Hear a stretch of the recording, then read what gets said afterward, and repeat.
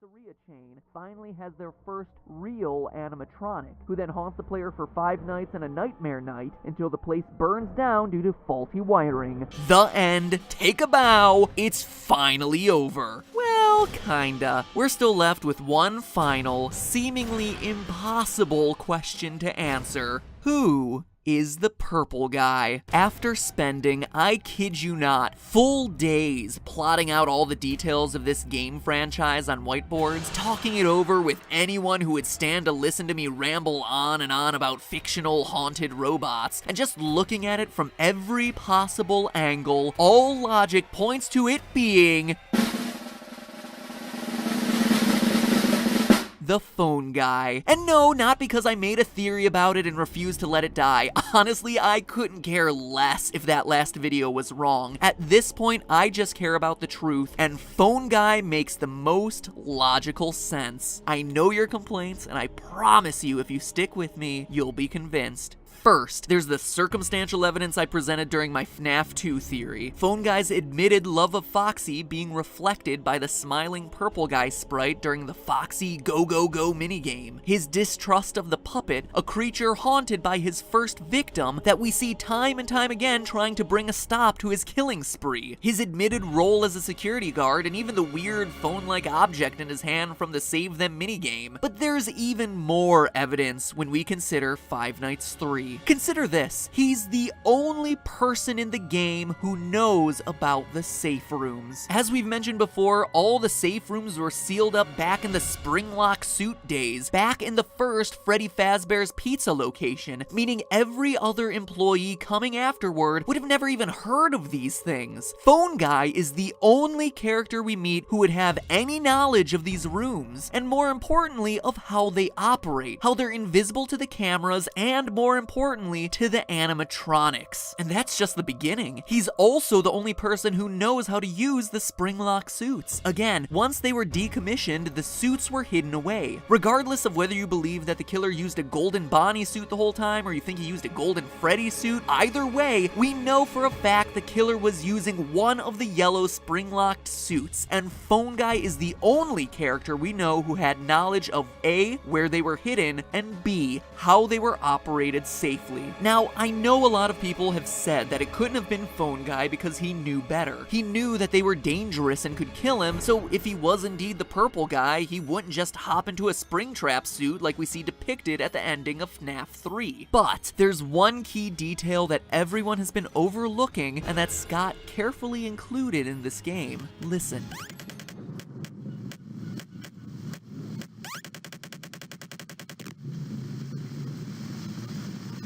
Hear it? There's rain. There are puddles on the ground. It's dripping from the ceiling. The killer had been using these Springlock suits safely for years, but in his panic to escape the ghosts, he failed to notice the wetness of the building around him. The killer had never encountered this problem before because the building had always been in a decent state of repair, but now it's a wreck, torn apart by age. Rain is able to seep in, something he didn't realize when he was in such a hurry to run away from the ghosts. And if moist breath can loosen the locks, you can bet some rain would make those suckers ready to snap shut. And they do, killing our killer. I mean, all of that makes a pretty compelling argument, almost an open and shut case, if there wasn't one final major criticism to the Phone Guy theory since the release of FNAF 3. And it's a good one. The fact that Phone Guy seems to die during his Night 4 phone call from the first game. Hey, listen, I may not be around to send you a message tomorrow. It's been a bad night here for me. I'm kind of glad that I recorded my messages for you when I did. If Phone Guy was the killer, why would the robots still be active after his death and the ghosts disappear? It just wouldn't make sense unless you stop to consider the rest of FNAF 3's endings. The big twist in FNAF 3 is the inclusion of a good and bad ending. By completing the game normally, you get the bad ending, in which we see Purple Guy die in a flashback minigame, and the whole thing ends with 5 masks representing the 5 main animatronics with lights on behind their eyes. The good ending, meanwhile, requires using some not-so-subtly hidden clues to unlock minigames, then basically ignoring those games, glitching them out, and giving hidden dead kids cake to make them happy, obviously referring to the victims of Purple Guy. Beat the game this time, and the ending is largely the same, but with one fewer animatronic mask and no lights on. The obvious difference here is that in the good ending, the souls of the dead children have been put at peace. When they disappear for good. They don't go back to their animatronic bodies. But the bad ending? The lights on behind the eyes of all 5 masks mean that these guys are still active. Angry, restless spirits still haunting the robots to this day. Because here's the thing, the good ending doesn't exist until you, as the player of the 3rd installment, give cake to those kids during FNAF 3's hidden minigames. What you play in FNAF 1, though, is the aftermath of the bad ending, when the animatronics have killed Phone Guy but are still out for vengeance. Yeah, you made it through those first 5 nights at Freddy's. You overheard the death of the Purple Guy recorded live on the phone, but it wasn't enough. You got the bad ending. Even with the killer crippled in the back room in a spring-lock suit, the lights are still on in these animatronics. They're still roaming the halls, attacking anyone wearing that much-hated security guard outfit. People like Mike Schmidt, an innocent guy just trying to do his job at a failing pizza restaurant. And as the final nail in the coffin, what Phone Guy says in his Night 4 recording perfectly foreshadows what we see in the games. Maybe sometime you could check inside those suits in the back room. I'm gonna try to hold out until someone checks. Maybe it won't be so bad. I always wondered what was in all those empty heads back there.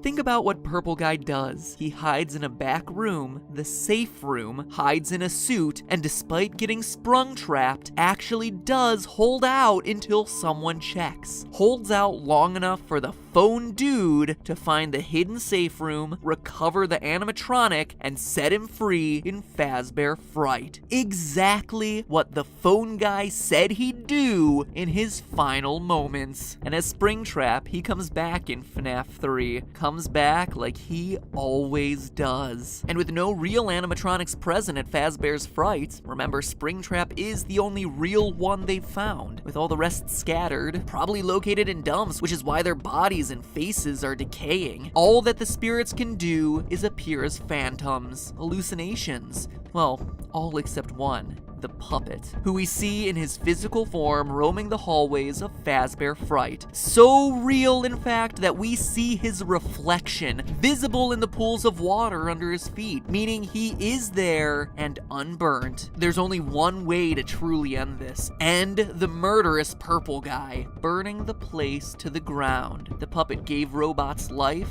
gave spirits peace, and finally gave the murderer, the Phone Guy, his long-deserved death.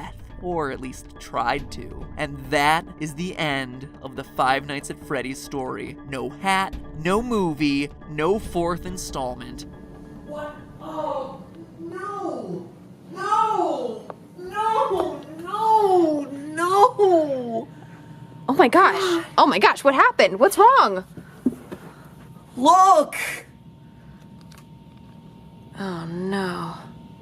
But hey, that's just a theory. A game theory. Thanks for watching. Hey, if you enjoyed these theories, show your appreciation by subscribing to the channel. Seriously, I spent more blood, sweat, and tears on these scripts than I have on the entire 4 years of this show. You know, hopefully you liked it, hopefully you're satisfied with the conclusions I reached, and hopefully you decide to subscribe as a result. Wouldn't mind it. Now then, welcome back to the Super Amazing End Card Tournament, where today I just have a simple question. Are you excited about a Five Nights at Freddy's movie? Click over here to say yes, click over here to say no, and oh my gosh, it's Purple Guy, watch out, he's gonna kill you.